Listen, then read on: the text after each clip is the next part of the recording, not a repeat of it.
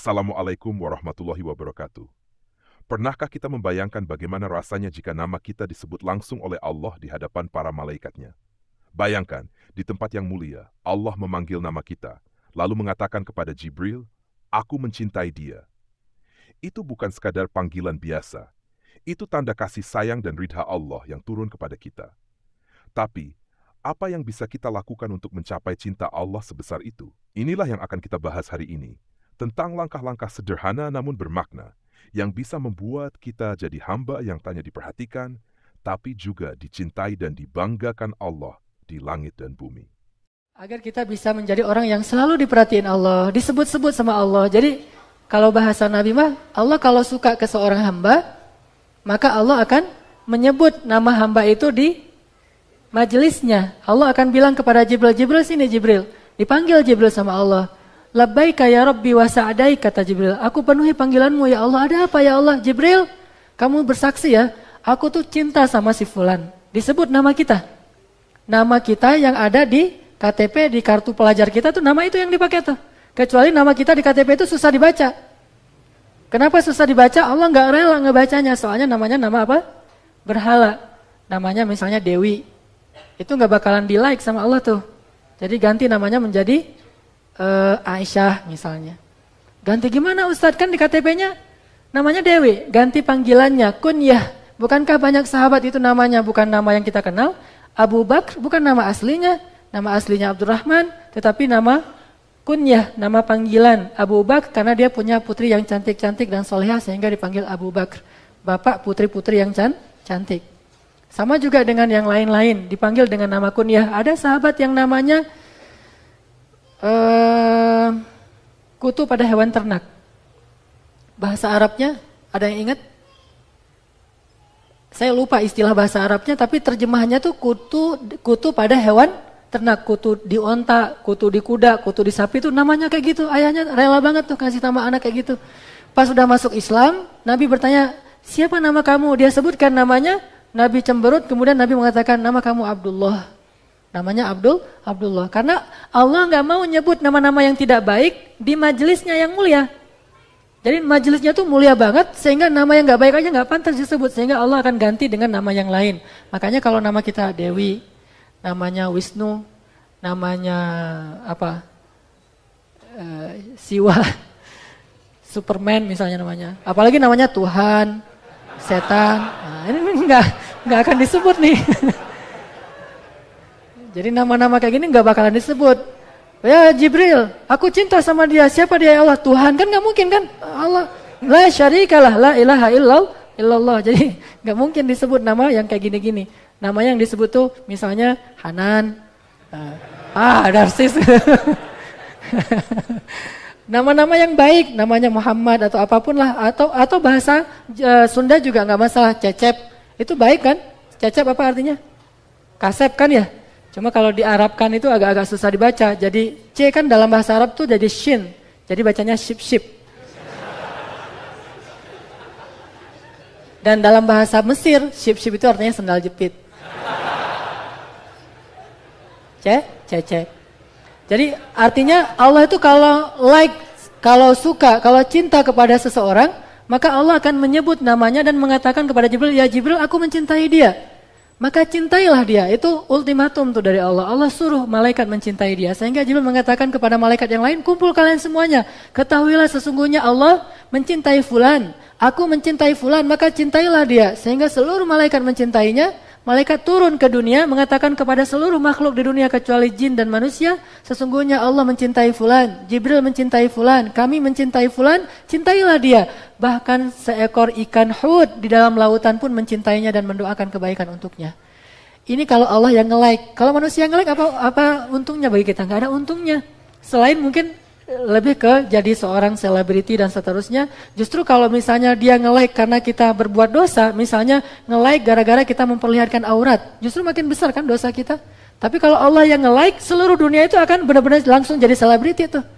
Sekali Allah nge-like kehidupan kita atau karakter kita, kesolehan kita, langsung Allah umumkan ke seluruh dunia kecuali jin dan manusia yang dihijabi dari informasi ini. Manusia pun Allah kasih beberapa orang yang Allah karomahkan, muliakan, Allah kasih tahu kepada dia. Kayak cerita kemarin Uwais Al-Qarni. Ketika Allah nge-like Uwais Al-Qarni, walaupun Uwais gak pernah ketemu Nabi, Allah kasih tahu, "Hai Muhammad, aku suka sama dia tuh." Sehingga akhirnya Nabi mengatakan kepada para sahabat, dia itu dicintai Allah, diistijabah doanya oleh Allah. Akhirnya Umar dan Ali ngejar-ngejar Uwais. Ketika ketahuan Uwais ini dikejar-kejar Rasul dan sahabat, seluruh penduduk Yaman ngejar-ngejar Uwais sampai dia lari ke Irak. Sampai ketahuan meninggalnya dalam perang Siffin antara Ali dan Muawiyah. Itu pun ketahuan pas sudah dicari-cari di antara mayat atau syuhada. Artinya kalau Allah nge-like seorang hamba, maka seluruh makhluk juga akan nge-like dia sebagai orang yang baik. Dan didoakan. Doa orang-orang makhluk-makhluk yang tidak akan ditolak oleh Allah Subhanahu wa Ta'ala. Jadi pengen didoain sama hewan-hewan yang ada di sekitar kita. Didoain oleh burung, didoain oleh ikan, didoain oleh bahkan ulat dan dut. Kalau kata hadisnya, dut itu ulat yang di dalam tanah yang kecil banget, ngedoain. Semuanya itu berdoa untuk kita. Apa doanya? Allahumma gfir lahu, Allahumma arhamhu. Allahumma gfir lahu, Allahumma arhamhu. Ya Allah ampuni dia, ya Allah ampuni dia, ya Allah. Jadi kita sehari-hari itu dapat ampunan terus dari para malaikat dan makhluk Allah yang ngedoain ampunan kita. Warhamhu, ya Allah sayangi dia, sayangi. Sehingga setiap hari itu sayangnya Allah kepada kita tuh nambah. Kenapa? Gara-gara kita udah ngedapetin like dari Allah. Makanya kita pengen belajar ini nih. Kalau ada seminar how to get more like in Instagram, in Facebook dan seterusnya, itu kan sampai ada seminar bayarnya mahal. Kalau sekarang kita buat semacam kajian kecil-kecilan, tetapi ini jauh lebih penting how to get more like from Allah Subhanahu wa Ta'ala. Oke. Ini singkatnya kayak gini nih. 4 step untuk ngedapetin like dari Allah. Yang pertama, Allah itu suka banget sama orang yang bertaubat lalu belajar, memperbaiki diri. Taubat dan taklim Allah nge-like banget tuh. Ini step pertama. Siapapun yang bertaubat, siapapun yang kemudian pengen belajar memperbaiki dirinya, semasa proses itu Allah suka banget sama dia. Setiap hari Allah nge-like dia dan ngasih tahu ke malaikat, ini hambaku, ini hambaku, ini hambaku, ini. Terus Allah ngebanggain dia. Sampai Allah menyebutnya ibadi, hamba-hambaku. Coba kita buka Al-Quran sekarang. Kita lihat salah satu di antara ayat tentang ini di dalam surat Az-Zumar. Surat 39 ayat 53. Ini ayat paling populer tentang taubat nih. Surat Az-Zumar, surat 39 ayat 53.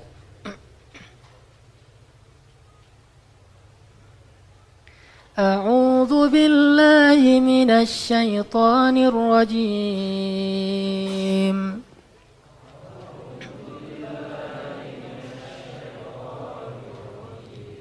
Bismillahirrahmanirrahim.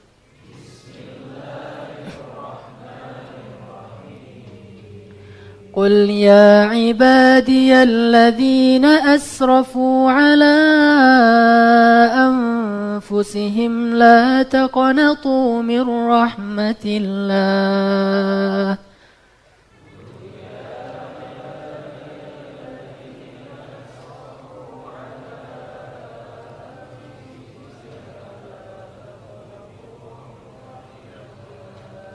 Inna Allah yaghfiru dzunuba jami'a.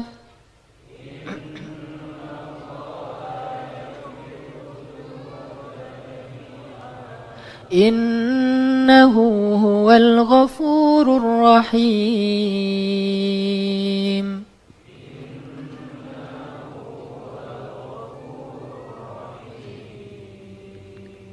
Katakanlah, wahai hamba-hambaku, Allah walaupun ngelihat kita banyak berbuat dosa, tetapi Allah masih juga manggil kita hamba. Dan panggilan hamba itu kalau dalam bahasa Allah ke kita, itu kayak kita manggil kekasih. Kayak seorang ayah manggil anaknya, ya bunayya. Kayak seorang suami manggil istrinya, ya ana. Panggilan bahasa Arab itu yang paling lembut dari suami ke istri itu salah satunya adalah, ya ana, wahai saya gitu. Maksudnya tuh, wahai jantung hatiku. Jadi nanti di rumah, maaf ya yang jomblowers ya. Ya Ana gitu. Bukannya namanya Ana Mariana, bukan. Jadi emang panggilannya ya ana atau ya hanini. Saya manggil istri saya Hanin, istri saya manggil saya Hanan. Hanin dan Hanan itu dalam bahasa Arab artinya kekasih. Jadi ya hanini, wahai kekasihku, ya ana. Atau kadang-kadang istri saya manggil saya Bebe, Blackberry. Jadi dari kata baby. Jadi saya kalau di rumah tuh agak-agak gimana gitu ya. Makanya di luar kalau dipanggil, jangan panggil Bebe, itu menjatuhkan izah saya. Panggil aja ya Hanan gitu kan ya. Artinya itu panggilan sayang. Kayak Nabi memanggil Aisyah dengan panggilan apa? Ya Humaira, ya Aish. Humaira itu yang wajahnya kemerah-merahan. Aish itu yang lestari, yang bahagia. Dan orang Sunda nyebutnya ya Ais. Karena nggak bisa bilang Aish, jadi Ais gitu. Itu bahasa Arabnya Aish. Nah gitu tuh. Allah kalau sayang kepada seorang hamba manggilnya ibadi. Kayak Allah sayang kepada Nabi Muhammad nggak manggil Muhammad. Padahal Muhammad itu artinya udah bagus. Tapi ada yang lebih bagus yaitu abdi. Sehingga Allah mengatakan Subhanalladzi asra bi'abdihi. Bukan bi Muhammadin, tapi bi abdihi. Allah nyebut Nabi Muhammad itu hamba Allah. Dan itu sanjungan untuk Nabi Muhammad. Nah ini Allah kepada orang-orang yang ingin bertobat, Allah panggilnya apa? Ya ibadi, wahai hambaku. Yang udah banyak melampaui batas. Apa arti banyak melampaui batas? Dosanya itu udah gak kehitung. Sampai dalam hadis qudsi Allah berfirman apa? Ya ibna Adam. Allah di situ manggilnya anak cucu Adam. Ya ibna Adam, ya ibadi, wahai hamba-hambaku. Kalau kalian datang kepadaku dengan membawa dosa yang memenuhi langit dan bumi, penuh dengan dosa kalian, gak ada lagi planet, gak ada lagi bintang, semuanya dosa kalian isinya.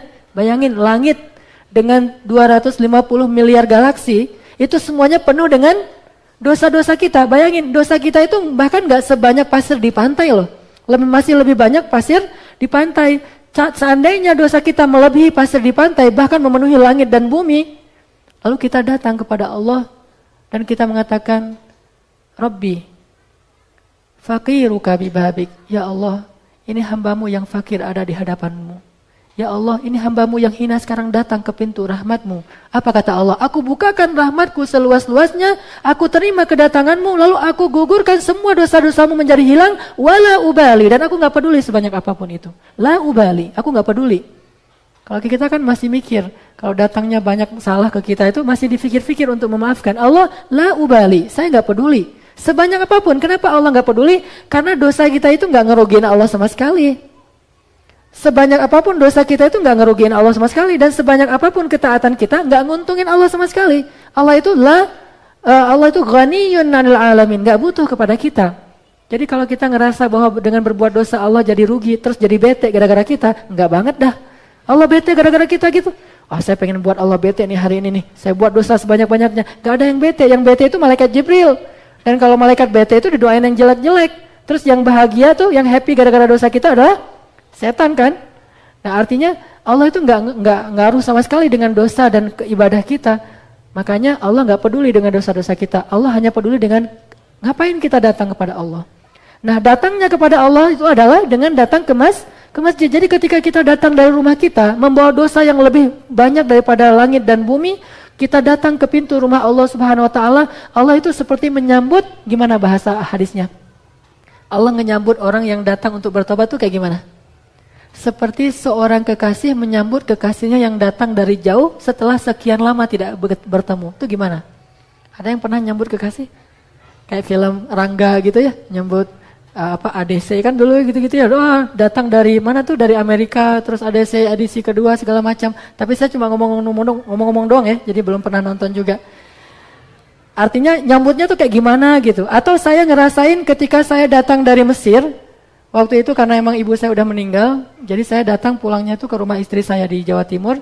Itu disambut, itu disiapin segala macam makanan tuh disiapin, kemudian juga kamar tuh disiapin, segala macam pokoknya disambut di terminal. Waktu itu saya datang dari Jakarta, terus naik bus ke Bojonegoro. Waktu itu disambut subuh-subuh itu udah pada ngumpul di terminal, jadi kayak nyambut orang jamaah haji gitu. Kan luar biasa ya. Itulah penyambutan kepada kekasih yang lama nggak ketemu. Gimana Allah? Jadi ketika ada seorang yang datang ke masjid, bayangin ya, ketika antum datang ke Masjid Al-Latif nih, bayangkan, dan itu benar, Allah berdiri di pintu masjid nyambut kedatangan kita. Ahlan ahlan ibadi, ibadi sini sini ibadi ibadi. Langsung diampunin. Ketika kita masukkan langkah kita ke masjid udah habis dosa kita. Kayak gitu cara Allah menyambut, nge-like orang-orang yang datang untuk membersihkan dirinya kepada Allah. Ada lagi satu kisah yang pernah saya sampaikan dulu. Di zaman Rasul pernah dalam satu mukhayyam. Mukhayyam itu camp militer ya. Jadi Nabi lagi buat camp militer gitu mau berjihad. Ada beberapa ribu para sahabat prajurit berkumpul di tanda-tanda yang sangat banyak dan tentunya bawa beberapa orang perempuan untuk juru masak, juru rawat segala macam. Nah, ada seorang ibu ngebawa anaknya di camp militernya Rasul. Anaknya berusia sekitar 3 tahun, 4 tahun gitu, hilang di tengah-tengah camp militer. Dan waktu itu mereka sedang berhadapan-hadapan dengan musuh. Hilang beberapa hari nggak ketemu, sehingga ibu ini panik banget tuh. Ngasih tahu ke Rasul, ya Rasulullah anak saya hilang, saya nggak bisa kerja, anak saya kemana ya Rasulullah dan segala seterusnya. Nabi nyuruh para sahabat untuk mencari anak ibu ini. Terus pada nyari, beberapa hari nggak ketemu, ibu ini nangis, dia sangat takut kehilangan anaknya, jangan-jangan anaknya diculik atau lari ke musuh sehingga dibunuh dan seterusnya. Tiba-tiba dalam keadaan yang lagi tegang gini, anaknya ketemu oleh seorang sahabat, dibawa ke tenda Rasul, di tenda itu ada ibu tadi yang lagi nungguin anaknya. Ketika si ibu ini ngelihat anaknya dari jauh, langsung ibu inilah lari untuk memeluk anaknya. Jadi how to get more likes from Allah Subhanahu wa taala. Agar kita bisa menjadi orang yang selalu diperhatiin Allah, disebut-sebut sama Allah. Jadi kalau bahasa Nabi mah, Allah kalau suka ke seorang hamba, maka Allah akan menyebut nama hamba itu di majelisnya. Allah akan bilang kepada Jibril, Jibril sini Jibril. Dipanggil Jibril sama Allah. Labbaika ya Rabbi wa sa'daik, kata Jibril. Aku penuhi panggilanmu ya Allah. Ada apa ya Allah? Jibril, kamu bersaksi ya, aku tuh cinta sama si fulan. Disebut nama kita. Nama kita yang ada di KTP, di kartu pelajar kita tuh nama itu yang dipakai tuh. Kecuali nama kita di KTP itu susah dibaca. Kenapa susah dibaca? Allah nggak rela ngebacanya. Soalnya namanya nama apa? Berhala. Namanya misalnya Dewi. Itu nggak bakalan di like sama Allah tuh. Jadi ganti namanya menjadi Aisyah misalnya. Ganti gimana Ustadz? Kan di KTP-nya namanya Dewi. Ganti panggilannya kunyah. Bukankah banyak sahabat itu namanya bukan nama yang kita kenal? Abu Bakar bukan nama aslinya.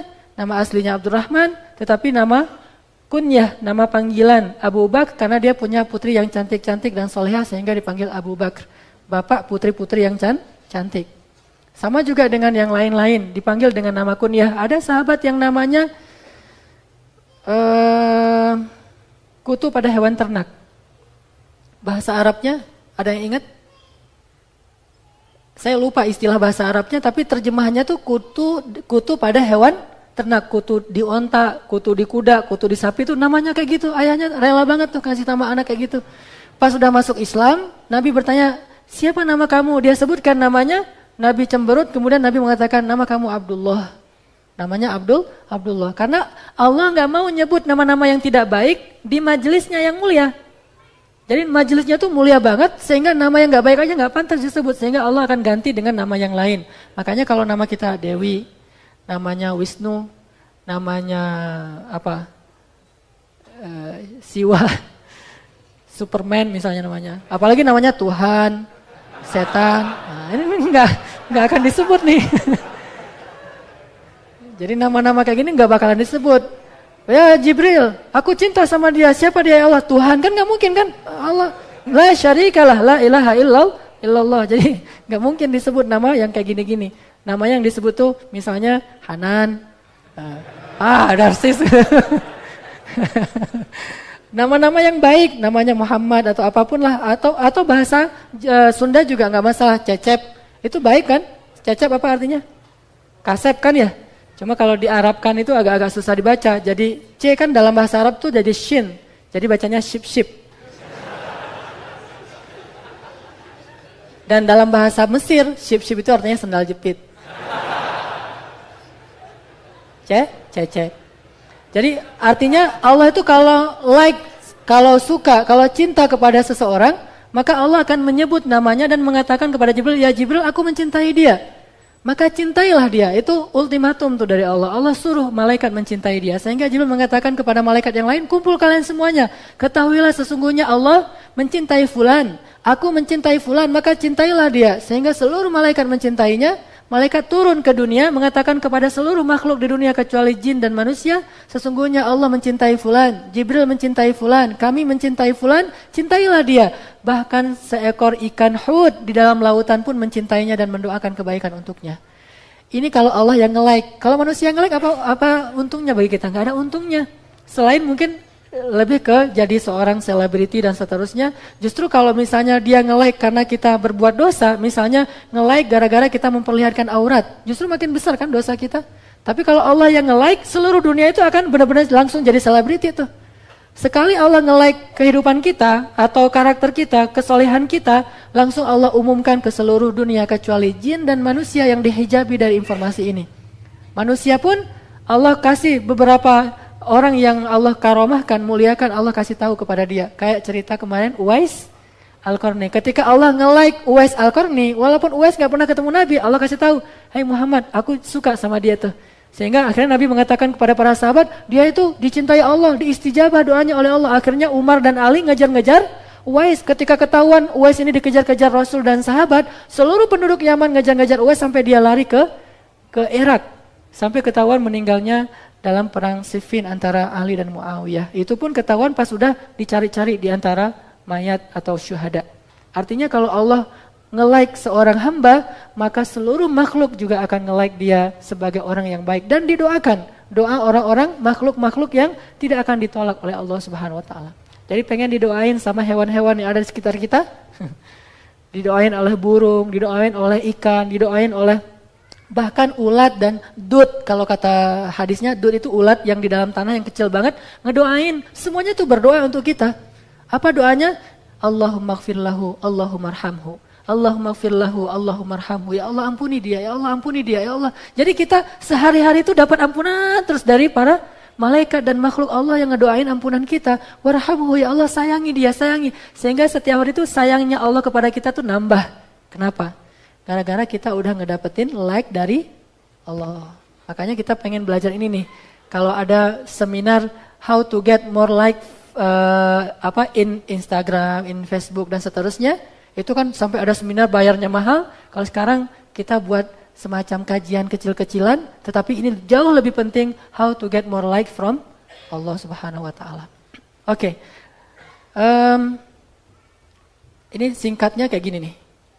4 step untuk ngedapetin like dari Allah. Yang pertama, Allah itu suka banget sama orang yang bertaubat lalu belajar. Memperbaiki diri. Taubat dan taklim Allah nge-like banget tuh. Ini step pertama. Siapapun yang bertaubat, siapapun yang kemudian pengen belajar memperbaiki dirinya, semasa proses itu Allah suka banget sama dia. Setiap hari Allah nge-like dia dan ngasih tahu ke malaikat, ini hambaku, ini hambaku, ini hambaku, ini terus Allah ngebanggain dia. Sampai Allah menyebutnya ibadi, hamba-hambaku. Coba kita buka Al-Quran sekarang. Kita lihat salah satu di antara ayat tentang ini di dalam surat Az-Zumar. Surat 39 ayat 53. Ini ayat paling populer tentang taubat nih. Surat Az-Zumar, surat 39 ayat 53.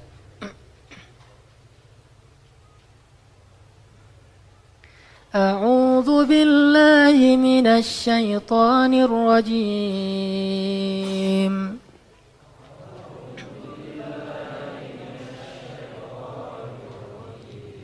Bismillahirrahmanirrahim.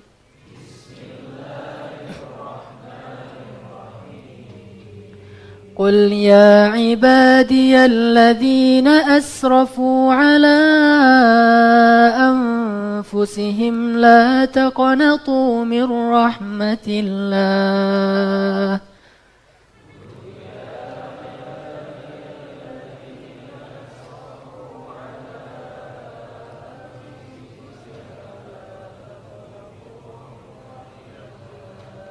Inna Allah yaghfiru dzunuba jami'a.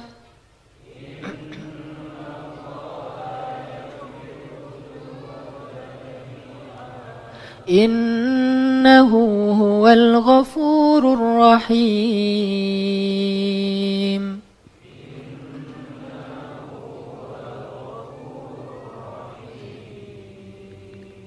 Katakanlah, wahai hamba-hambaku. Allah walaupun ngelihat kita banyak berbuat dosa, tetapi Allah masih juga manggil kita hamba. Dan panggilan hamba itu kalau dalam bahasa Allah ke kita, itu kayak kita manggil kekasih.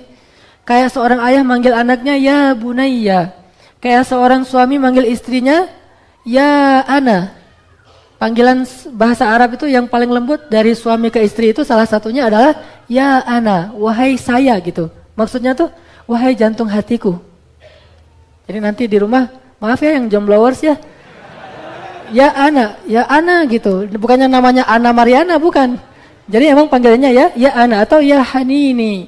Saya manggil istri saya Hanin, istri saya manggil saya Hanan. Hanin dan Hanan itu dalam bahasa Arab artinya kekasih. Jadi ya Hanini, wahai kekasihku, ya Ana. Atau kadang-kadang istri saya manggil saya Bebe, Blackberry. Jadi dari kata baby. Jadi saya kalau di rumah tuh agak-agak gimana gitu ya. Makanya di luar kalau dipanggil, jangan panggil Bebe, itu menjatuhkan izah saya. Panggil aja ya Hanan gitu kan ya. Artinya itu panggilan sayang. Kayak Nabi memanggil Aisyah dengan panggilan apa? Ya Humaira, ya Aish. Humaira itu yang wajahnya kemerah-merahan. Aish itu yang lestari, yang bahagia. Dan orang Sunda nyebutnya ya Ais. Karena nggak bisa bilang Aish jadi Ais gitu. Itu bahasa Arabnya Aish. Nah, gitu tuh. Allah kalau sayang kepada seorang hamba manggilnya ibadi. Kayak Allah sayang kepada Nabi Muhammad enggak manggil Muhammad, padahal Muhammad itu artinya udah bagus, tapi ada yang lebih bagus yaitu abdi. Sehingga Allah mengatakan subhanalladzi asra bi'abdihi. Bukan bi Muhammadin, tapi bi abdihi. Allah nyebut Nabi Muhammad itu hamba Allah. Dan itu sanjungan untuk Nabi Muhammad. Nah ini Allah kepada orang-orang yang ingin bertobat, Allah panggilnya apa? Ya ibadi, wahai hambaku, wahai hambaku. Yang udah banyak melampaui batas. Apa arti banyak melampaui batas? Dosanya tuh udah gak kehitung. Sampai dalam hadis qudsi Allah berfirman apa? Ya ibna Adam. Allah disitu manggilnya anak cucu Adam. Ya ibna Adam, ya ibadi, wahai hamba-hambaku. Kalau kalian datang kepadaku dengan membawa dosa yang memenuhi langit dan bumi, penuh dengan dosa kalian. Gak ada lagi planet, gak ada lagi bintang, semuanya dosa kalian isinya. Bayangin langit dengan 250 miliar galaksi, itu semuanya penuh dengan dosa-dosa kita. Bayangin, dosa kita itu bahkan gak sebanyak pasir di pantai loh. Masih lebih banyak pasir di pantai. Seandainya dosa kita melebihi pasir di pantai, bahkan memenuhi langit dan bumi, lalu kita datang kepada Allah dan kita mengatakan, Rabbi, faqiruka bibabik. Ya Allah, ini hambamu yang fakir ada di hadapanmu. Ya Allah, ini hambamu yang hina sekarang datang ke pintu rahmatmu. Apa kata Allah? Aku bukakan rahmatku seluas-luasnya, aku terima kedatanganmu, lalu aku gugurkan semua dosa-dosamu menjadi hilang, wala ubali. Dan aku gak peduli sebanyak apapun itu. La ubali, aku gak peduli. Kalau kita kan masih mikir, kalau datangnya banyak salah ke kita itu masih dipikir-pikir untuk memaafkan. Allah, la ubali, saya gak peduli. Sebanyak apapun, kenapa Allah gak peduli? Karena dosa kita itu gak ngerugiin Allah sama sekali. Sebanyak apapun dosa kita itu gak ngerugiin Allah sama sekali. Dan sebanyak apapun ketaatan kita gak nguntungin Allah sama sekali. Allah itu ghaniyun 'anil alamin, gak butuh kepada kita. Jadi kalau kita ngerasa bahwa dengan berbuat dosa Allah jadi rugi, terus jadi bete gara-gara kita, gak banget dah. Allah bete gara-gara kita gitu. Saya pengen buat Allah bete nih hari ini nih. Saya buat dosa sebanyak-banyaknya. Gak ada yang bete. Yang bete itu malaikat Jibril. Dan kalau malaikat bete itu didoain yang jelek-jelek. Terus yang bahagia tuh, yang happy gara-gara dosa kita adalah setan kan? Nah artinya Allah itu nggak ngaruh sama sekali dengan dosa dan ibadah kita. Makanya Allah nggak peduli dengan dosa-dosa kita. Allah hanya peduli dengan ngapain kita datang kepada Allah. Nah datangnya kepada Allah itu adalah dengan datang ke masjid. Jadi ketika kita datang dari rumah kita membawa dosa yang lebih banyak daripada langit dan bumi, kita datang ke pintu rumah Allah Subhanahu Wa Taala. Allah itu seperti menyambut, gimana bahasa hadisnya? Allah menyambut orang yang datang untuk bertobat tuh kayak gimana? Seperti seorang kekasih menyambut kekasihnya yang datang dari jauh setelah sekian lama tidak bertemu. Itu gimana? Ada yang pernah nyambut kekasih? Kayak film Rangga gitu ya, nyambut ADC kan dulu gitu-gitu ya. Datang dari mana tuh, dari Amerika, terus ADC edisi kedua segala macam. Tapi saya cuma ngomong-ngomong doang ya, jadi belum pernah nonton juga. Artinya nyambutnya tuh kayak gimana gitu. Atau saya ngerasain ketika saya datang dari Mesir, waktu itu karena emang ibu saya udah meninggal, jadi saya datang pulangnya tuh ke rumah istri saya di Jawa Timur, itu disambut, itu disiapin, segala macam makanan tuh disiapin, kemudian juga kamar tuh disiapin, segala macam pokoknya disambut di terminal. Waktu itu saya datang dari Jakarta, terus naik bus ke Bojonegoro waktu itu, disambut subuh-subuh itu udah pada ngumpul di terminal, jadi kayak nyambut orang jamaah haji gitu. Kan luar biasa ya. Itulah penyambutan kepada kekasih yang lama gak ketemu. Gimana Allah? Jadi ketika ada seorang yang datang ke masjid, bayangin ya, ketika antum datang ke Masjid Al-Latif nih, bayangkan, dan itu benar. Allah berdiri di pintu masjid, nyambut kedatangan kita. Ahlan ibadi, sini ibadi. Langsung diampunin. Ketika kita masukkan langkah kita ke masjid, udah habis dosa kita. Kayak gitu cara Allah menyambut, nge-like orang-orang yang datang untuk membersihkan dirinya kepada Allah. Ada lagi satu kisah yang pernah saya sampaikan dulu.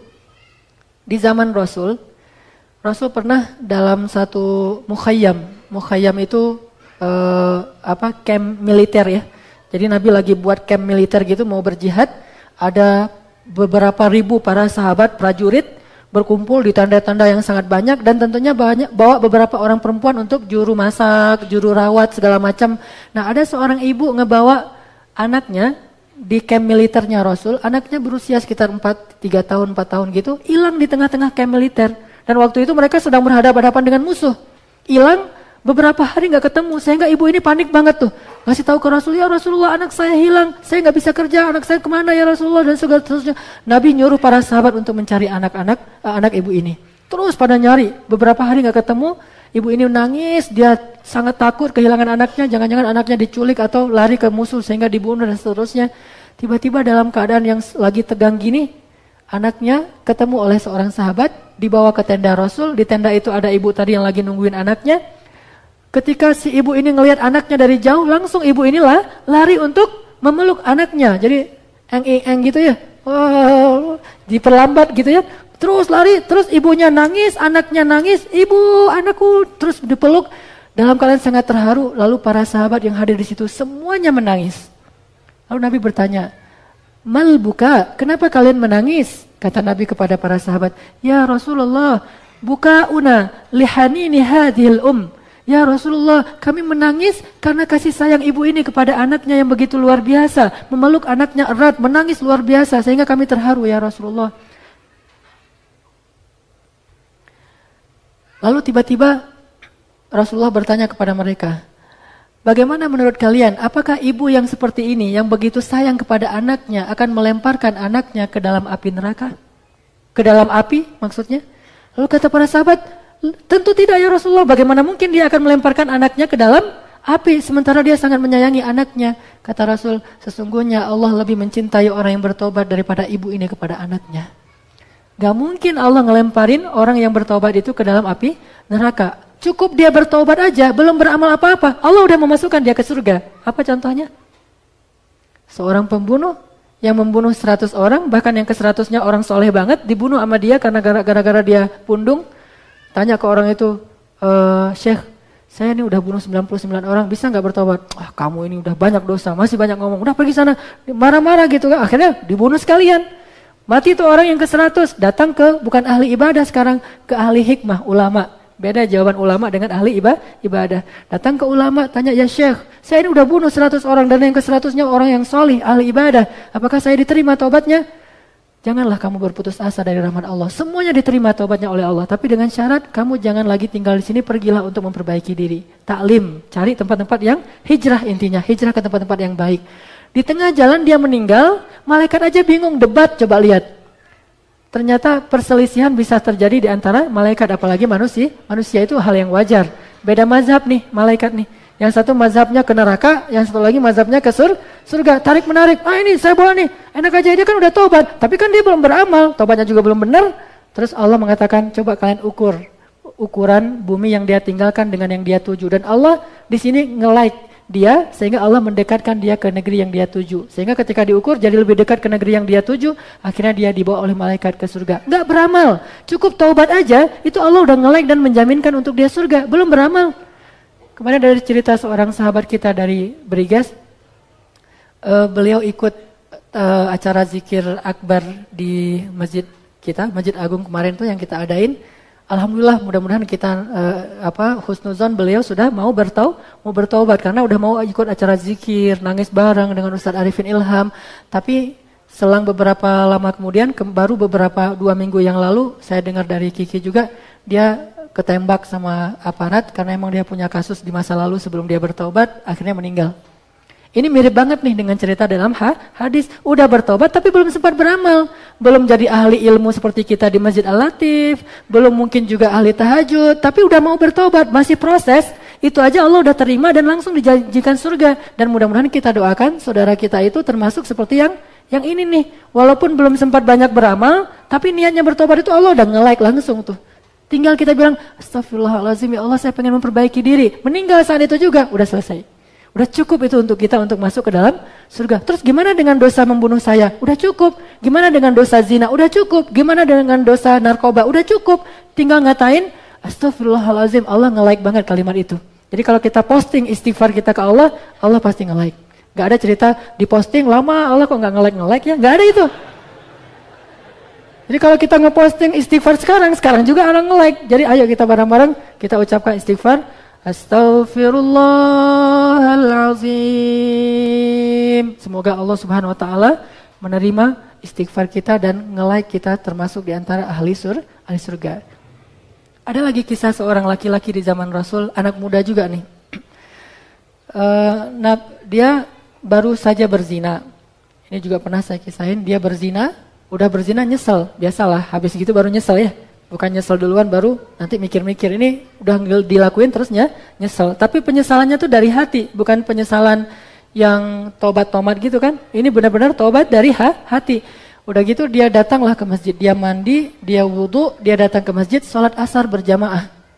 Tapi jangan lihat kisah ini dari sudut pandang fikih ya. Kok nggak dikisos sih? Saya nggak tahu lah di kapan terjadinya. Mungkin sebelum turunnya ayat tentang kisos yang jelas dirajam. Nah, dia datang ke masjid, sholat asar berjamaah di shaf pertama, nangis dalam sholat asarnya karena dia nyesel banget dengan dosa dia. Akhirnya setelah selesai sholat, dia datang ke Rasul, ya Rasul, halaktu, ma ahlakaka, saya celaka ya Rasul, saya celaka. Kenapa celaka? Kata Rasul, saya sudah mempergauli seorang perempuan, saya sudah berzina ya Rasulullah. Rasulullah langsung sedih mendengar cerita itu. Tidak lama kemudian Nabi tersenyum, ya Rasul kenapa tersenyum? Nabi bertanya, apakah engkau sholat berjamaah bersama kami? Ya Rasulullah, barusan? Ya, shaf pertama? Ya Rasulullah, dari awal, dari takbiratul ihram? Ya Rasulullah. Berbahagialah, sesungguhnya Allah sudah memaafkan dan mengampuni dosa kamu itu. Dengan sholat asar saja, sholatul wusta. Hafidhu ala salawati was salatil wusta. Jagalah sholat itu, kenapa? Qad aflahal mu'minun. Pasti beruntung orang yang menjaga sholat. Jadi kita sholat maghrib kayak tadi, asalkan kita khusyuk dan tulus pengen nyesalin dosa-dosa kita, apa kata Nabi? Sholat 5 waktu itu seperti air di sungai di belakang rumah kita. Sehari kita 5 kali mandi dan membersihkan diri di sana. Gak ada lagi kotoran. Ini artinya Allah suka banget sama orang yang membersihkan diri dengan taubat dan ta'lim. Makanya ini yang kita sedang lakukan. Terus kita berproses. Emang kita belum sempurna sih. Namanya juga lagi berproses, kadang salah lagi, kadang keliru lagi, kadang ternyata cara tobat kita nggak kayak gitu yang benar. Terus kita memperbaiki diri dan Allah suka banget dengan orang-orang yang seperti ini. Coba lihat lagi surat Al-Baqarah. Sedikit lagi kita baca ayatnya. Surat Al-Baqarah kalau nggak salah ayat 222.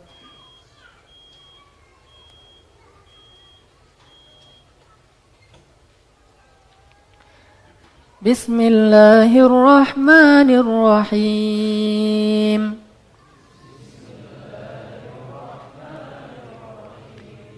Kita baca kalimat terakhir ya di ayat 222. Innallaha yuhibbut tawwabin wa yuhibbul mutatahhirin.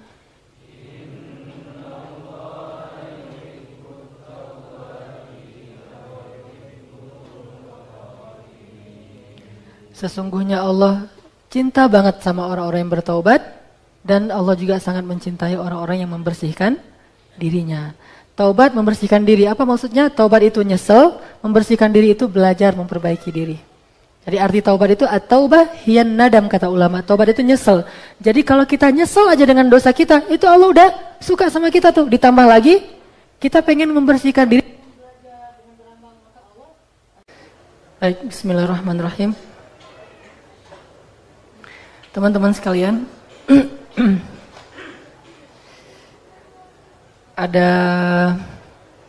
mungkin ada satu kecenderungan juga ya di komunitas-komunitas atau di para pecinta sosial media ini, dan ini udah menjadi fenomena, bukan lagi peristiwa, bahwa kalau kita misalnya ngeposting foto ataupun video-video kita sangat merasa tersanjung dan bahagia banget kalau yang nge-like itu adalah seorang tokoh atau yang populer di bidangnya.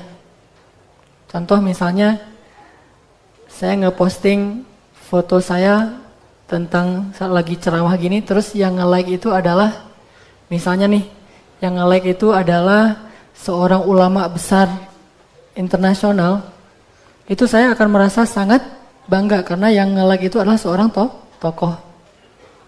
Kalau misalnya main bola, kita nge-posting video kita lagi nge-dribbling bola, tiba-tiba yang nge-like video kita itu Lionel Messi sama Cristiano Ronaldo, tuh gimana tuh perasaannya tuh? Terus kita kaget kan, nyari ini beneran atau ini hoax gitu kan? Nyari ini benar-benar Ronaldo apa yang di Portugal atau Ronaldo yang ada di misalnya di Garut misalnya. Ronaldo mana nih? Ternyata benar dia akunnya Ronaldo asli, bukan manajernya, sehingga kita akan mungkin di capture tuh like-nya Ronaldo sama Lionel Messi itu kita capture, udah gitu kita posting lagi kan ya, karena bangga. Gitu juga kalau misalnya kita nyanyi di kamar mandi terus direkam, kan suka orang nyanyi di kamar mandi tuh, direkam, yang nge-like-nya itu misalnya Maher Zain. Wow, itu gimana tuh kalau yang musiknya nasyid, kalau yang genrenya hip hop siapa tuh? Gitulah. Kalau saya mah suka hip hop yang apa? Hip hop yang tentang Palestina, tentang Suriah, hip hop nasyid. Atau yang nge-like-nya itu misalnya kalau lagi apa kita nyanyi gitu, yang nge-like-nya Ayah Doni kan tuh. Atau main skateboard yang nge-like-nya misalnya Pevi Permana dan seterusnya dan seterusnya. Ini yang nge-like selain Allah Subhanahu wa taala adalah malaikat Jibril. Jibril itu bukan makhluk biasa, itu Allah aja nyebutnya ruh. Dan dia tuh solehnya tuh udah soleh banget, sangat luar biasa, mulia. Jadi orang siapa yang bisa ketemu Jibril itu merasa bangga banget. Apalagi kalau yang nge-like dia itu adalah Jibril, terus Jibril cinta sama dia. Malaikat tuh cinta sama dia, malaikat itu duduk bersama dia. Kan kita sering tuh, nggak tahu nih hoax atau benar, tapi banyak orang bilang benar yang di Masjid Nabawi lagi khutbah Jumat, terus tiba-tiba ada ketangkap CCTV sosok dengan putih-putih bercahaya gitu ya. Itu benar nggak atau hoax sih? Katanya. Kata siapa tuh? Cenah ya. Nah, jadi belum jelas nih hoax atau benar, ambil hikmahnya aja lah. Misalnya ternyata ada yang kayak gitu. Udah gitu juga ada peristiwa yang lain yang banyak banget tuh kalau di YouTube atau di on the spot, kelihatan malaikat, diselamatin malaikat atau apa. Itu aja kan hebohnya minta ampun ya. Masuk 7 peristiwa aneh tetapi keren misalnya. On the spot alatif.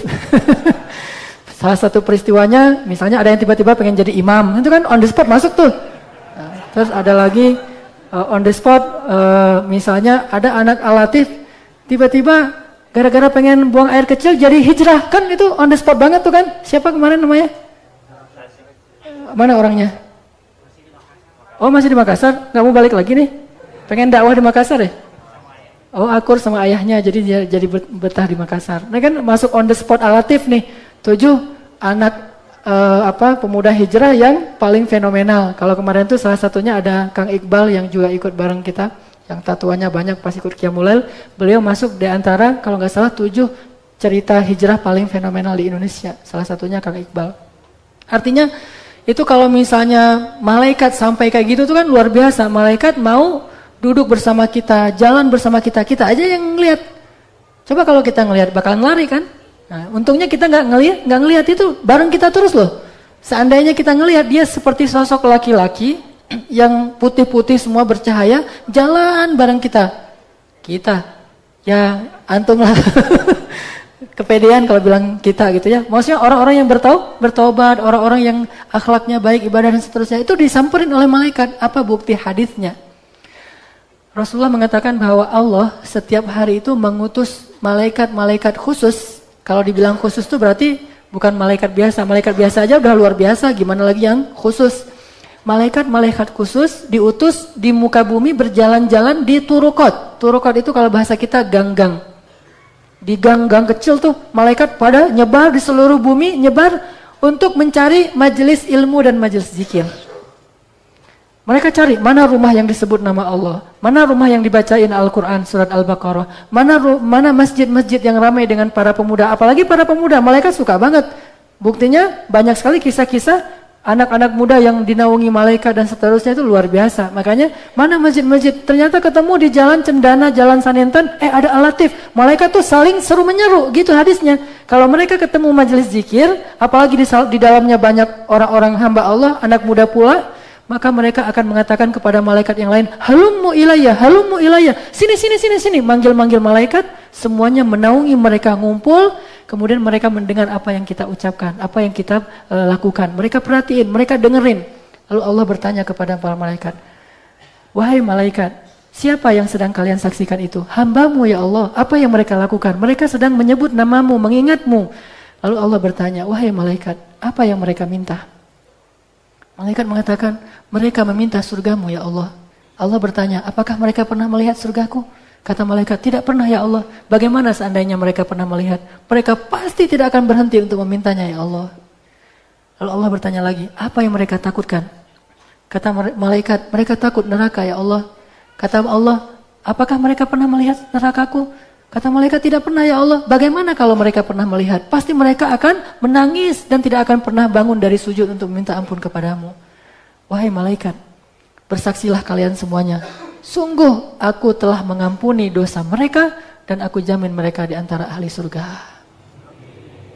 Itu kalau Allah udah nge-like. Malaikat nyari orang-orang yang Allah like tadi tuh. Terus mereka ngumpul, manggil malaikat-malaikat yang lain. Terus apa kata malaikat? Salim, Allahumma salim, Allahumma salim. Ya Allah selamatkan mereka. Sehingga Allah menjamin mereka habis semua dosa-dosanya, dijamin gak akan masuk neraka dan akan menjadi min ahlil jannah, ahli surga. Kan enak banget nih. Gara-gara duduk di sini gak jauh-jauh, cuma datang sebentar, duduk, nongkrong, rame-rame, ketemuan teman-teman, ketawa-ketawa kita aja tuh. Malaikat senang ngelihat kita ketawa-ketawa di masjid. Kalau ada orang nggak senang kita ngelihat kita ketawa-ketawa di masjid, ini agak dipertanyain nih. Malaikat aja senang, masa orang nggak senang kan ya?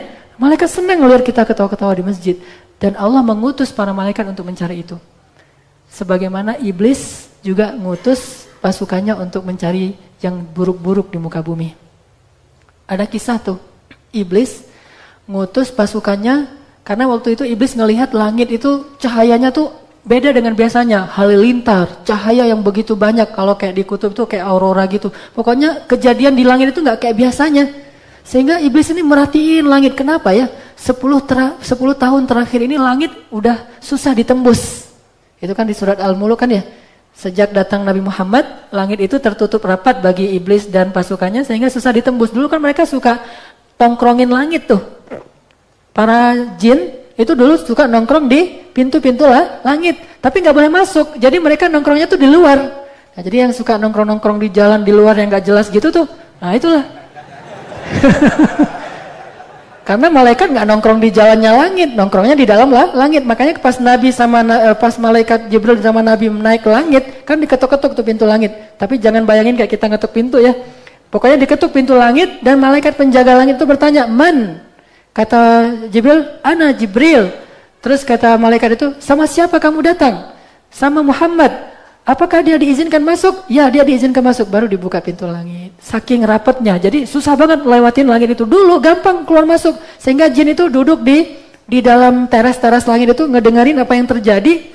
Dan kalau ada berita dari langit, mereka membawa ke bumi, kemudian disusunlah rencana. Jadi ibaratnya ada peperangan, udah ketahuan rencananya mau ngapain. Maka disusunlah rencana untuk menghalanginya. Sejak Nabi Muhammad datang, itu tertutup rapat. Dan iblis bingung, ini kenapa nih langit ketutup rapat terus ya selama 10 tahun. Akhirnya kata iblis kepada pasukan jin, menyebarlah kalian ke seluruh gang-gang yang ada di bumi. Carilah apa yang terjadi di bumi, kebaikan apa yang sedang terjadi di muka bumi sehingga pintu langit tertutup rapat. Kalau kalian nggak tahu, maka cukuplah kalian bawa masing-masing satu genggam tanah dari tempat-tempat yang kalian datangi. Tersebarlah jin ke seluruh dunia, ngambil tanah-tanah dari tempat yang mereka datangin. Tanah di daerah Bandung diambil, tanah dari mana-mana, semua bawa datang kemana? Ke tengah lautan, karena singgasana jin itu ada di tengah samudra. Dibawalah ke hadapan sang maharaja mereka, yaitu iblis. Tanah-tanah ditaruh, berbagai macam ditulis, ini tanah dari sini, ini tanah dari sini. Nggak gitu-gitu amat juga kali. Pokoknya dari berbagai macam negeri. Nah, apa yang dilakukan iblis? Ditanya, apa yang kalian saksikan? Nggak ada ya raja, ya iblis, nggak ada yang kami saksikan, kami nggak ngerti apa yang terjadi. Kalau gitu bawakan tanah-tanah dari yang kalian kunjungin. Dibawakan, dicium sama iblis. Buang, dicium tuh semuanya. Ketika dia mengambil tanah dari Makkah, dia mencium tanah Makkah, dia mengatakan, aku mencium aroma kenabian dari tanah ini. Di mana kamu dapatkan ini? Dari Mekah, wahai iblis. Maka pergilah kalian ke sana semuanya, halangi dia untuk berdakwah. Mulailah kekacauan di kota Makkah sampai Nabi ke Taif itu diusir. Itu kerjaan siapa? Kerjaan iblis. Sampai Abu Talib wafat, Nabi mau dibunuh, terus Nabi lari ke Taif, di Taif juga diusir. Itu gara-gara iblis udah mengendus aroma kenabian dari tanah Makkah. Kalau nggak percaya cerita ini, baca dalam tafsir Ibnu Katsir, kisah di dalam surat Jin dan Al-Ahqaf. Banyak banget tuh kisahnya. Jadi dengan tanah aja dia tahu, karena tanah itu bersaksi.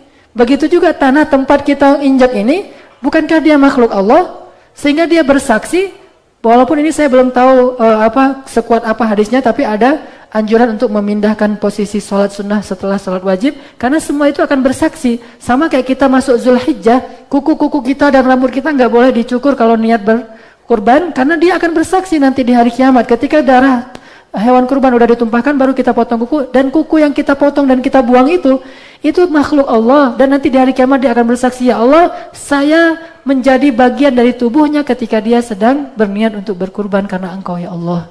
Semuanya bersaksi untuk kita. Jadi di mana kita bertobat? Di masjid apa kita belajar? Seluruh makhluk Allah itu bersaksi dan akan mengadu kepada Allah. Ya Allah, dia hambamu yang taat. Ya Allah, dia ingin membersihkan diri. Ya Allah, dia ingin memperbaiki diri. Seperti cerita tadi orang yang duduk dalam majelis ilmu. Terus Allah tanya kepada malaikat yang tadi naungin majelis ilmu.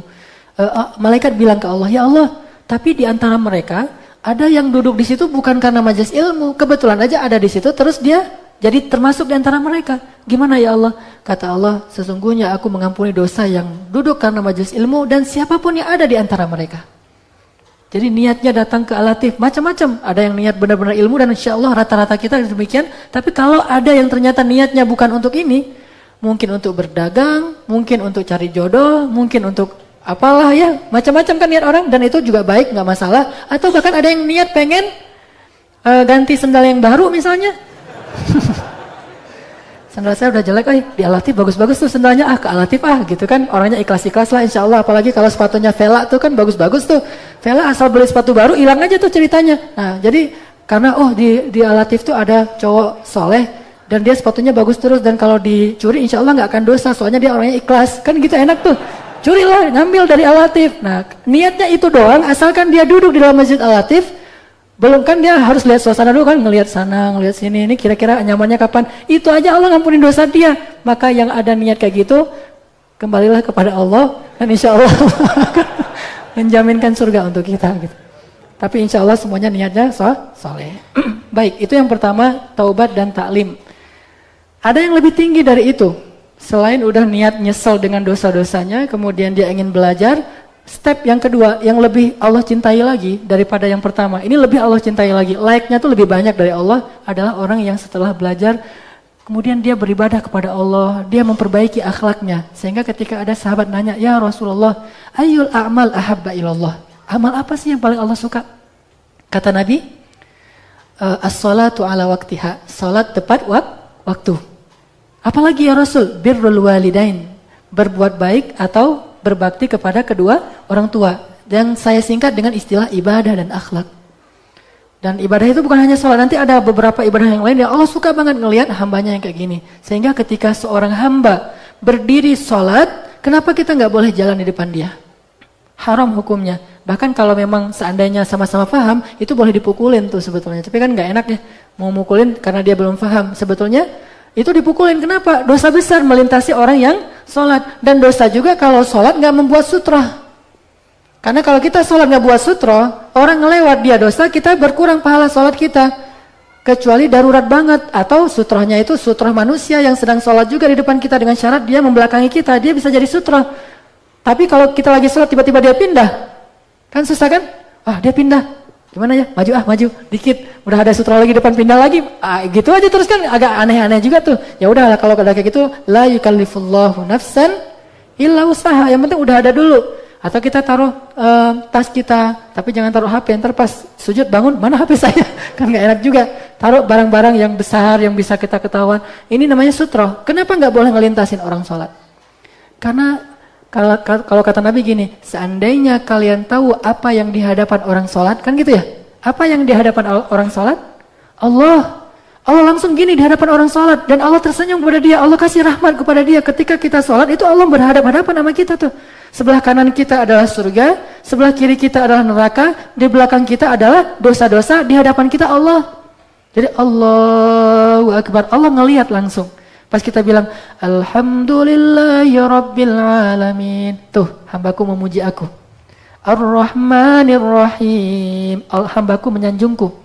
Maliki Yaumiddin. Benar banget kata-kata hambaku tuh. Iyyaka na'budu wa iyyaka nasta'in. Bagi hambaku apa yang dia minta. Kan gitu kan ya? Artinya Allah ngerespon kita banget. Sehingga gak boleh dipotong orang lagi sholat dengan cara ngelintasi. Cuma sering juga kalau kita yang sholat dan ada yang lintasin dekat dengan kita tahan pakai tangan kan? Saya pernah tuh kan saya ceritain di Masjid Istiqomah, saya lagi sholat sunnah, ada yang lintasin saya giniin, disalamin sama dia. Jadi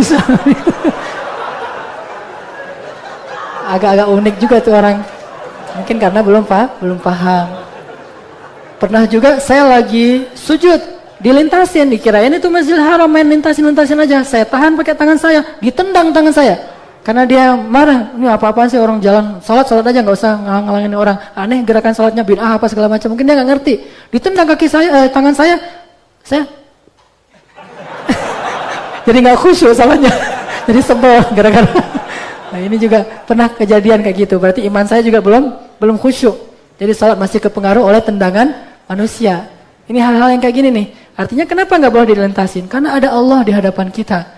Walaupun kita nggak mengatakan Allah itu bertempat, tetapi Allah menyaksikan banget hamba yang sedang sholat. Bukan hanya sholat, nanti juga tilawah Al-Quran. Nih amalan yang Allah suka banget dari hambanya itu tilawah. Jadi kalau kita lagi bertilawah Al-Quran, kata Nabi, Allah mendengar hamba yang bertilawah Al-Quran seperti seorang tuan yang mendengar budak perempuannya bernyanyi. Itu harus difahami dengan kultur Arab ya. Karena kalau kita memahami dengan kultur kita, apa asiknya ya? Biasa aja karena kita nggak ngerti kan gimana feel-nya seorang tuan ngelihat budak perempuannya yang suaranya bagus, sengaja dibeli karena suaranya bagus, terus nyanyi. Maka tuannya tuh akan diam aja memperhatikan nyanyian budak perempuannya. Dan Allah lebih dari itu memperhatikan orang yang sedang tilawah. Jadi pas kita buka mushaf tuh, kita lagi duduk gitu, habis main skateboard capek, terus duduk kan, tilawah gitu kan ya. A'udzubillah, Allah langsung dengerin gitu, hambaku lagi tilawah nih. A'udzubillah. Apalagi kalau tilawahnya pakai irama kurdi, itu Allah suka banget tuh. Hadisnya apa Ustadz yang kayak gitu-gituan? Ada hadisnya. Apa hadisnya? Ketika Abu Musa al-Ash'ari, Abu Musa itu sahabat yang suaranya tuh paling bagus. Ketika Abu Musa al-Ash'ari baca Al-Quran dengan suara yang paling lembut, dan di antara 7 irama itu kan kurdi salah satu yang paling lembut selain soba ya. Nah, Abu Musa baca Al-Quran itu kata Nabi, Allah senang sekali mendengar bacaan Abu Musa. Nabi juga senang. Bahkan malam itu langit penuh dengan cahaya para malaikat. Turun semuanya untuk ngedengerin bacaan Abu Musa. Dan bukan hanya malaikat, bukan hanya Allah, bukan hanya Nabi. Awan juga menaungi Usaid bin Hudhair, sahabat Ansar yang baca Al-Quran di bawah pohon korma.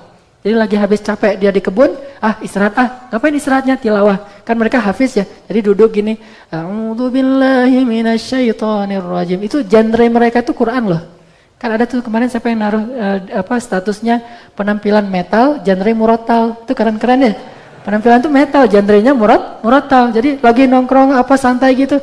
Bismillahirrahmanirrahim. Dia baca ayat, baru beberapa halaman dia baca, kok makin mendung-mendung, lihat loh, kayak mau hujan, penuh awan di atas. Usaid bin Hudayr. Akhirnya dia kira mau hujan, dia pulang, jalan. Kemanapun dia pergi, awan tuh ngikutin dia tuh gimana tuh. Ini kalau Allah udah suka kepada amal seorang hamba. Makanya tilawah Al-Quran itu Allah suka banget. Ketimbang kita teriak-teriak gak jelas, maka mending kita teriak-teriak Al-Quran, kan gitu kan ya. Atau azan. Azan itu juga Allah suka banget kepada orang yang azan. Walaupun kita nggak bisa semuanya azan, saya pengen azan. Gimana dong kalau kita pengen dapat like dari azan sementara yang azan cuma satu orang? Ada caranya. Ikutilah apa yang diucapkan oleh muazzin. Pas dia bilang Allahu Akbar, kita bilang Allahu Akbar. Terus sampai selesai, maka kita dapat like yang didapatin oleh seorang muazzin. Ini ibadah. Banyak lagi nanti ibadah-ibadah yang lain. Apalagi tahajud. Nah kalau tahajud, cara Allah sukanya kayak gimana? Allah turun malah nungguin kita. Setiap sepertiga malam terakhir, Allah udah siap sedia turun ke langit dunia. Langit dunia itu langit paling rendah. Allah turun, bukan Allah tunggu di arasnya. Sengaja Allah turun, kemudian Allah bertanya, adakah di antara hambaku yang datang malam ini untuk minta ampun? Allah tunggu. Adakah di antara hambaku yang dzihajah, butuh sesuatu dari aku? Kita aja masih tidur, Allah udah nungguin. Mana hambaku yang mau bangun untuk minta ampun dan meminta sesuatu kepadaku. Allah suka kepada orang yang bangun tengah malam. Lalu ketika kita bangun, maka malaikat turun semuanya dan pertandanya adalah ayam saut menyaut untuk menyambut datangnya para malaikat. Ayam aja tahu, makanya makhluk Allah itu semuanya tahu apa yang terjadi. Kecuali jin dan manusia. Jin aja nggak tahu apa-apa, sama dengan manusia nggak tahu apa-apa. Ini ibadah. Sehingga ketika ditanya, ya Rasul apa amal yang paling Allah suka? As-shalah ala waqtiha, salat di awal waktu. Kalau laki-laki itu artinya di masjid, kalau perempuan itu jangan ditunda. Di rumah juga nggak masalah, tapi jangan ditunda. Yang ketiga, akhlak ya, akhlak juga ditanya sama sahabat, ya Rasul apa amal yang paling disukai Allah? Birrul walidain, berbakti kepada kedua orang tua. Jadi kalau kita pengen dapat like dari Allah, dari malaikat, dari Rasulullah, ya belajar aja dari Uwais Al-Qarni. Salah satu yang lebih dari Uwais Al-Qarni itu adalah berbakti kepada ibu. Jadi kita yang udah rajin ngaji kayak gini nih, harusnya yang paling santun, paling hati-hati sama orang tua kita. Kalau yang ngaji dengan yang gak ngaji sama, terus apa bedanya? Apa asiknya datang ke masjid? Bukankah asiknya datang ke masjid itu memperbaiki akhlak kita kepada orang tua dulu, baru nanti kepada orang lain? Nah, memperbaiki akhlak ini ya namanya manusia pasti aja kadang-kadang salah, kadang-kadang kepancing emosinya, tapi terus memperbaiki. Bahasanya tuh tawabin dan mutatahirin, bukan taibin dan tohirin, bukan. Apa arti tawabin mutatahirin? Berkali-kali dia taubat. Gagal lagi, taubat lagi, gagal lagi, taubat lagi. Membersihkan diri juga gitu. Keliru lagi, dibersihin lagi. Kotor lagi, dibersihin lagi. Dan Allah suka kok orang kayak gitu. Jangan berpikir, saya mah belum siap bertobat. Kan banyak orang kayak gitu. Kenapa enggak haji? Saya belum siap. Daripada nanti saya pulang terus dosa lagi, mending saya tunggu aja sampai saya siap. Enggak kayak gitu. Allah tuh enggak suka orang yang nanti ujungnya baru taubat, enggak. Allah suka orang yang taubatnya berkali-kali. Jadi pergi haji jangan langsung berpikir, pulang dari situ nanti kalau saya ternyata dosa lagi kan sia-sia hajinya. Enggak sia-sia. Berusaha aja terus haji, gagal lagi umroh, gagal lagi sholat syuruk, gagal lagi kan gitu aja terusin ya. Kan banyak kesempatan untuk melaksanakan ini. Gitu juga kita sholat. Saya mah belum siap datang ke Al-Latif. Yang ke Al-Latif mah kan udah pada soleh. Saya mah masih kayak gini. Udah aja datang. Keluar dari sini dosa lagi ya datang lagi. Dosa lagi ya datang lagi. Kayak gitu aja terus. Akhlak juga demikian. Kita dengan orang tua, saya berazam nih. Malam ini pulang ke rumah, saya pengen cium tangan ibu saya. Saya pengen ngasih air hangat buat ibu saya. Saya pengen mijit-mijit kaki ibu saya. Saya pengen bertutur kata yang lembut kepada ibu saya. Malam ini juga saya pengen ngelakuin. Baru di jalan lupa, akhirnya sampai di rumah dipanggil orang tua yang udah ngantuk, tidur. Besok pagi baru sadar. Padahal saya kan pengen yang baik. Perbaiki lagi aja terus, jangan berputus asa. Kayaknya saya emang gak cocok ya jadi anak soleh. Gak ada itu. Saya emang gak bakat jadi anak kalau sekarang kan istilah amuba ya. Anak musola banget, ya, saya mah nggak bakat jadi anak musola. Saya mah cocoknya jadi anak apa misalnya, nggak. Terus aja berusaha. Ini namanya tawabin, berulang kali. Yang ketiga, ini yang lebih tinggi. Jadi yang per poin ini lebih tinggi dari yang sebelumnya. Karena hadis tentang apa amal yang paling disukai itu banyak. Lalu para ulama membuat semacam tingkatan-tingkatan. Ternyata yang lebih tinggi dari sekedar taklim, hijrah, taubat, ibadah, akhlak adalah dakwah dan jihad. Dakwah dan jihad. Kenapa dakwah dan jihad? Kalau tidak ada jihad berarti dakwah. Kan di Indonesia tidak ada kewajiban berjihad karena tidak ada peperangan, kita tidak diperangi, maka kalau tidak ada jihad berarti dakwah. Kalau sudah wajib jihad seperti di Palestina atau seperti di Suriah karena kaum muslimin dizolimi, kita membela diri, membela hak kita, membela orang-orang yang tertindas. Tapi kalau enggak ada, dan mudah-mudahan memang tidak ada, alhamdulillah Indonesianya aman, berarti dakwah. Dakwah itu bukan jadi penceramah, itu hanya salah satu tugas dai, tetapi bukan satu-satunya. Bahkan yang lebih hebat dari itu adalah ide-ide dakwah kita.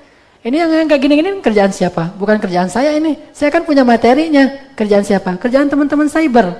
Anak-anak yang menggunakan kecerdasannya untuk dakwah. Kalau kita selama ini gunain kecerdasan kita untuk karir, sekarang coba juga gunain kecerdasan kita untuk dakwah. Kalau kita selama ini nyusun bahasa untuk nembak cewek, sekarang coba nyusun bahasa untuk nembak orang untuk berdakwah dan mau masuk agama Allah dan masuk ke masjid.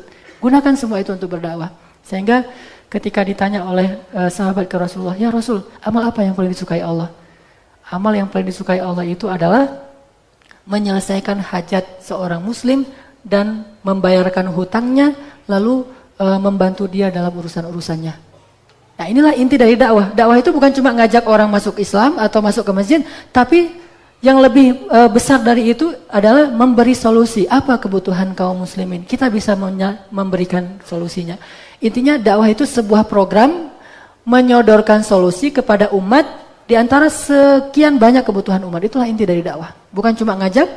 Jadi kita ngajak orang nih, Al-Latif ramein, kemudian kita bina. Tujuannya apa sih pembinaan itu? Bukan itu nggak sama dengan taklim. Kalau taklim membina, menambah ibadah, tapi kalau tarbiyah itu apa yang bisa kita lakukan untuk bangsa ini sehingga kita ada di muka bumi ini cuma sementara tapi bermanfaat. Jadi artinya kita harus ngasih sesuatu untuk orang lain. Bukankah kata Nabi apa? Khairun nas anfa'uhum linnas. Sebaik-baik manusia itu setelah bertaubat dan beribadah adalah, jadi kalau ada orang yang taubatnya sama nilainya, ibadahnya juga sama, terus nilainya yang lain apa? Biar dia ketahuan mana lebih baik, yang paling banyak manfaatnya bagi manusia. Tapi jangan bilang, saya mah pengen jadi itu aja deh, gak usah beribadah. Enggak, ini stepnya tuh harus dilaluin satu demi satu. Jadi dia gak beribadah tapi bermanfaat, itu gak baik. Bermanfaat tapi nggak beribadah nggak baik, beribadah nggak bermanfaat juga nggak sempurna. Maka yang stepnya itu pertama taubat dulu, kemudian belajar, kemudian beribadah dan akhlak, baru yang lebih tinggi dari itu adalah bermanfaat bagi orang lain. Dan itulah misi dakwah. Jangan berpikir misi dakwah itu sekedar tabligh. Tabligh hanya salah satu varian dakwah. Jangan pikir misi dakwah itu cuma ihya'us sunnah. Ihya'us sunnah itu hanya salah satu varian dakwah. Makanya saya senang ya ngelihat banyak kelompok dakwah kan, misalnya tabligh ngajak orang ke masjid. Jamaah tabligh JT ya, ngajak orang ke masjid. Sampai di masjid dibina sama salafi untuk ihya'us sunnah. Tapi untuk bermanfaat kepada masyarakat dibina oleh ikhwan. Karena masing-masing punya spesifikasinya, punya spesialisasi, mereka ahli di bidangnya masing-masing. Dan ini bagus sebetulnya kalau dipaduin, asal jangan saling nyalahin deh. Jangan saling ngejatuhin, jangan saling jelek-jelekin, jangan saling bilang sesat. Udah aja dengan fokusnya masing-masing. Tabligh yang ngajak orang masuk ke masjid, salafi yang membina orang di dalam masjid, ikhwan yang memberdayakan mereka untuk keluar dari masjid. Dari masuk sampai keluar itu dibina terus. Kan gitu kan konsepnya. Nah sekarang yang udah masuk ke masjid nih, ngapain lagi nih? Dibina, kita undang ustadz-ustadz yang dari berbagai macam gerakan dakwah dan kita nggak fanatik dengan salah satunya. Setelah itu, kalau kita udah dibina di Al-Latif, terus keluar ngapain? Ini yang sedang kita coba bentuk dalam tarbiyah. Apa yang bisa kita lakukan untuk bangsa ini? Karena kita udah fokus di anak muda, kita bisa ngasih solusi apa sih untuk masalah-masalah anak muda? Pertama kita harus tahu dulu masalahnya apa. Jangan-jangan kita kasih solusi yang nggak dibutuhkan kan ya? Berarti kita harus paham realitas. Ini yang kita belajar dalam tarbiyah sebetulnya. Kita pengen ngasih solusi, walaupun kita bukan orang yang paling baik, bukan yang paling sempurna, hanya sebagian cahaya yang kita ingin terangi di dalam umat Islam ini. Nah ini namanya dakwah. Sehingga kata Nabi, sesungguhnya berjalan bersama seorang saudaraku untuk menyelesaikan hajatnya, itu lebih aku suka daripada itikaf 1 bulan di masjid ini. Masjid apa? Masjid Nabawi. Artinya ibadah. Ibadah itu baik, tapi ada yang lebih baik. Apa yang lebih baik? Memberi solusi bagi orang yang membutuhkan. menyelesaikan hajat orang yang membutuhkan, membayarkan hutang orang yang berhutang, atau apapun kesusahan yang bisa kita sururun tudkhiluhu fi qulubil mu'min, membahagiakan orang mukmin, itu ahabbul a'mal ilallah, amal yang paling disukai Allah. Dan itulah salah satu misi dakwah kita. Bukan sekedar udah ramai Masjid Al-Latif, belum selesai. Bagi saya itu belum selesai, itu baru permulaan. Baru selesai kalau kita nanti udah tahu apa yang we have to do, we have to take action bagi kaum muslimin, apa yang bisa kita lakukan dan potensi kita apa. Dan ini kan pembinaan, nggak sehari 2 hari, minimal setahun kita baru. Kalau target kita kan 3 tahun. 3 tahun nanti kita baru tahu bisa kita berdayain ke seluruh komunitas anak-anak muda. Lihatlah Al-Latif ini 3 tahun ke depan udah ada perubahan dalam amal-amal dakwahnya. Kalau sekarang masih internal aja dulu, taklim, tarbiyah, taklim, tarbiyah, taklim, tarbiyah. Dan tarbiyah itu kan bukan cuma halakoh, tarbiyah itu olahraga juga. Tarbiyah itu mukhayyam juga, tarbiyah itu asik-asikan juga, nongkrong-nongkrong juga, itu tarbiyah semuanya. Jangan berpikir nongkrong itu ngapain sih? Ah, nggak ada kerjaan. Itu tarbiyah loh. Itu bagian dari tarbiyah. Apa misinya? Misinya mengakrabkan diri dulu.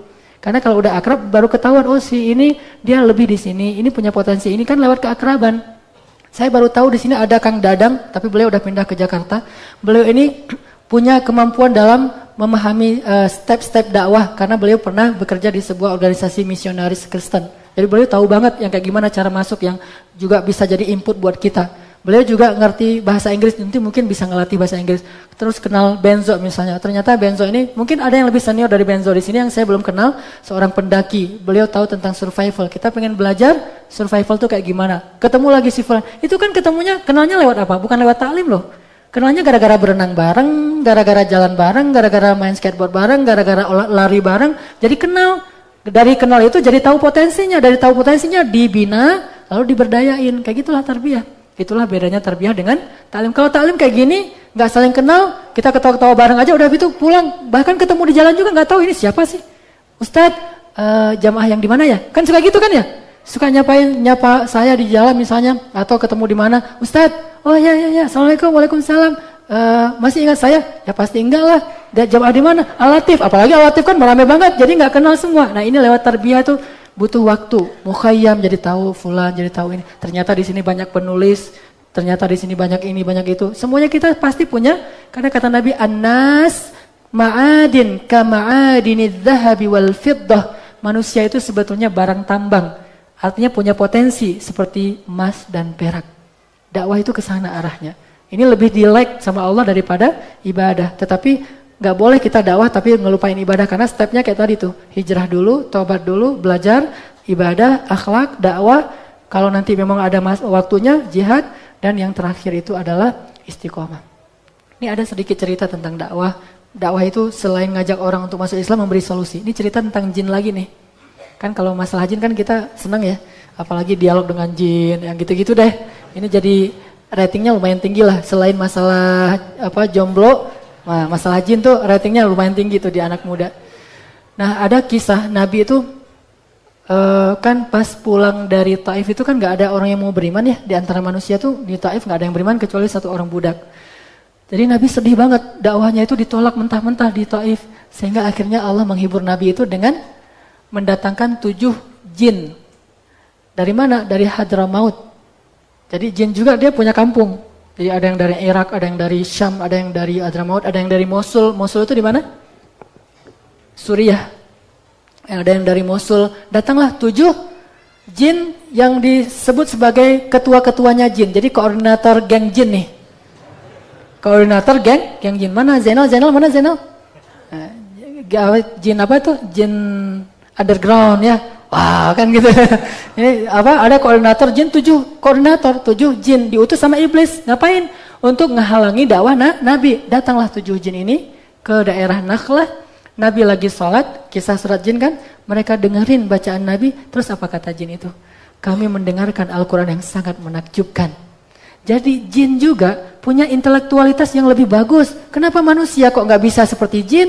Jin aja punya intelektualitas untuk memahami betapa Al-Quran itu menakjubkan. Jadi kalau manusia menganggap Al-Quran itu biasa-biasa aja, ini lebih rendah dari jin. Padahal hakikatnya manusia itu lebih tinggi dari jin. Allah menjadikan manusia khalifah, Allah melebihkan manusia di atas jin. Tetapi kenapa manusia malah nggak paham tentang ketakjuban Al-Quran? Sehingga kata jin, kami mendengar Al-Quran yang ajabah, yahdi ilar rushdi, fa'amanna bih. Kami mendengar Al-Quran yang menakjubkan, yang membimbing ke jalan yang benar. Coba lihat, baru dengar sekali udah langsung ngerti gitu. Yang membimbing ke jalan yang benar itu kata jin, itu komennya jin loh ya. Bukan komen manusia sekelas sahabat, jin aja bisa komen sepositif itu. Jadi artinya Allah lagi nyindir orang Taif nih. Kalian manusia kok nggak bisa beriman, padahal jin aja bisa beriman. Yang hatinya lebih keras, yang intelektualitasnya di bawah manusia, yang nggak sepintar manusia, tapi dia bisa ngerti kebenaran Al-Quran. Kenapa kalian nggak bisa? Itu sindiran buat orang Taif dan hiburan buat Rasul. Berimanlah 7 jin. Oke? Setelah jin ini beriman, maka jin itu minta izin ke Rasul. Ya Rasulullah, boleh nggak kami sholat bersama engkau di Masjidil Haram? Kata Nabi, jangan. Waktu itu kan masjid di dunia cuma ada 2 kan?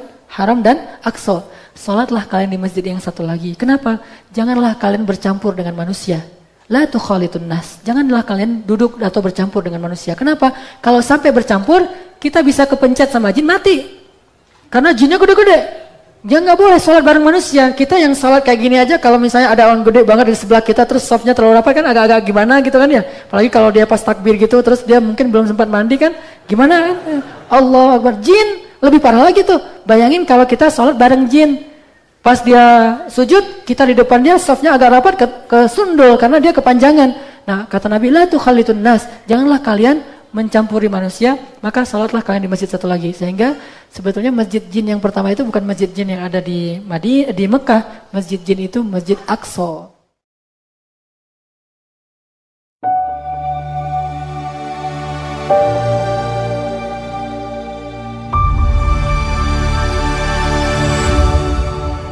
Ceramah ini mengupas bagaimana kita dapat menjadi hamba yang diridhai dan dicintai Allah SWT dengan langkah awal bertaubat, membersihkan diri, lalu memperbaiki akhlak dan ibadah. Dalam proses ini, Allah tidak hanya menerima setiap tobat kita, tetapi juga mencintai serta menyebut kita di hadapan para malaikat, bahkan mengutus mereka untuk mencintai dan mendoakan kita. Allah menunjukkan kasih sayangnya dengan cara menerima tobat hambanya, dan memberi kemuliaan pada orang yang terus memperbaiki diri serta bermanfaat bagi sesama. Mengingat pentingnya berdakwah dan berbuat baik untuk umat, ceramah ini menekankan bahwa menjadi insan yang berakhlak baik bukan hanya tentang ibadah, tetapi juga tentang menjadi solusi bagi kebutuhan dan permasalahan umat.